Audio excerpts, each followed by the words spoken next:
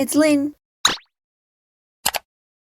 Johnny's will always be a part of my life. I may not be the biggest Johnny's fan, but I've loved both Arashi and Kanjani 8 for over 14 years now. Of course, one of them is on hiatus, with little to no sign of coming back, and the other is merely just an upsetting shell of what they used to be. And personally, I thought that my days of loving these groups were long behind me. However, since Arashi first announced their hiatus in 2019 and I began to look at other JNA groups, I realized that there was still a lot that I loved about these personalities. For example, I've finally grown to love Heisei Jump over the years, not just Chin and Yuri. I really love Shigeoka Daiki from Johnny's West, and I still enjoy listening to songs by SMAP, Kiss My Foot 2, KAT-TUN, and NEWS. I'm still not entirely on board with some of the newer groups. Perhaps I'm simply too old to enjoy their youthfulness, but there are still a number of their songs that have piqued my interest. For example, Navigator by Six Tones completely won me over when it was featured as the opening song for the Millionaire Detective Unlimited. While I could discuss my experience and thoughts on this agency for a very long time, that's not what I shall be talking about today. For now, I'd simply like to disclose that I've been a fan of several Johnny's acts for over a decade, and I finally attended a JNA's end-of-year concert. Also, I am well aware that this group is referred to as Stones instead of Six Tones, but it's spelt. Their name is literally spelt as Six Tones, so I'm just gonna keep calling them that because I initially thought that that was what their name was. So it's force of habit. I can't get out of it. I've always wanted to purchase a ticket to see an actual Johnny's concert, specifically Arashi's or Kanjani 8's, and I was actually seriously considering attending Arashi's final concert at the end of 2020, which of course didn't end up happening due to the global pandemic. And while Matsumoto Jun's online concert for Johnny's Festival 2021 to 2022 was more akin to watching a concert DVD, I actually appreciated and enjoyed purchasing my ticket for it and watching the entire concert just days after it took place. While there was no Arashi, the remaining Johnny's groups still did a fantastic job delivering a wonderful concert. Of course, with that being said, these groups are still incredibly massive, and it would have been absolutely ridiculous to even entertain the fleeting thought that Johnny's Festival would have been anything less than a success, especially with Matsumoto Jun producing, directing, and editing the entire concert. Here are all of the groups that performed on December 30th, 2021. The concert opened with one of the newer groups, Snowman, and they performed one of their most popular songs, DD, Dancing Dynamite. And here was how the rest of the set list went. I'm actually incredibly happy that I watched Johnny's Festival, Thank You 2021, Hello 2022, because I now truly have a better opinion of the newer groups. For example, I learned that ABCZ is absolutely mental. They don't have that sparkly or polished look that Johnny's are typically known for, and I feel like they're significantly overlooked for a group that's been around for 10 years. To be honest, I didn't even know what they looked like until this Johnny's Countdown. Truth be told, I always thought that they were a fairly new group, and I simply didn't really care for them. But after watching their performance of Ganbare Tomoyo at the festival, I can safely say that they're definitely keeping the Shonentai spirit alive. I'm not even kidding, I just about had a heart attack when I saw Tsukada Ryoichi backflip off the stage like that. At the time, I had no idea that their ABC stood for Acrobat Boys Club, so their stance and gymnastics completely took me by surprise. And while I was aware of Six Tones because of their song Navigator, I had no idea that they were the original artists for Mascara. I'd heard this song before this concert, but to see them perform it live for the first time, especially with the dance, it was really very good, and the chorus accompanied by the guitar strumming was honestly too addictive. There is simply no way that you could ever listen to it and not feel like vibing along with the song.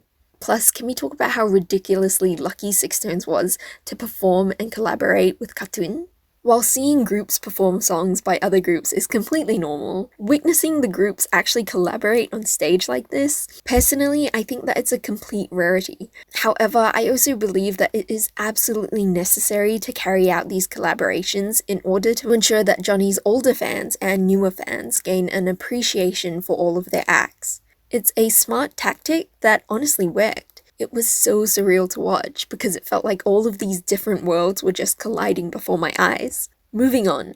When did King and Prince change their image? It's true that I haven't seen them since they released their debut single, Cinderella Girl, but I was astounded to see how much they changed when they performed Magic Touch on the 30th. Their hip-hop performance left me so completely shocked, and I really couldn't believe my eyes.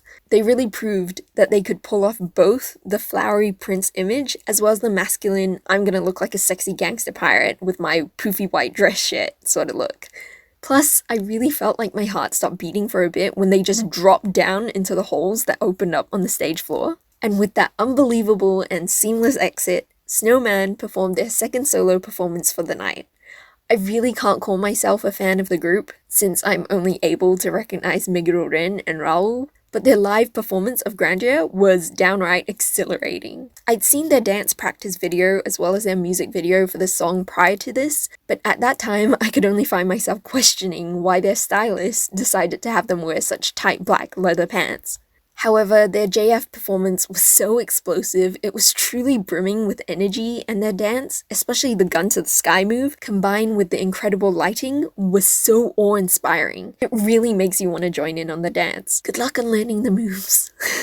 But enough about the dancing. Let's talk about Kanjani 8's performance. My 2011 self celebrated as soon as they came out to sing Museki ni Hiro, but I couldn't help but bereave the fact that Nishikido Ryo and Shibutani Subaru's voices and energy weren't present during the song. With that being said, I felt nothing but pride as soon as I saw Yoko with a guitar in his hands while they acted as the supporting band for Johnny's West's Shoko. The man actually learnt how to play the guitar to make up for the loss of their two lead guitarists.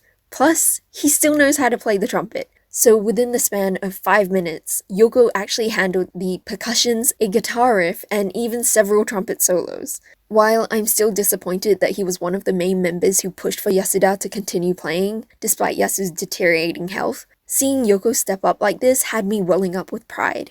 I'd be lying if I didn't admit that I found it incredibly inspiring. But since we're still discussing the older groups, Muse's Weak really transported me back in time, and I was surprised at how well I could remember the lyrics for that song. I'm glad that they chose this as their first solo of the night, because it's one of 2 of the songs that I used to listen to all the time when I was younger. Moving on to Johnny's latest group, Naniwa Danchi.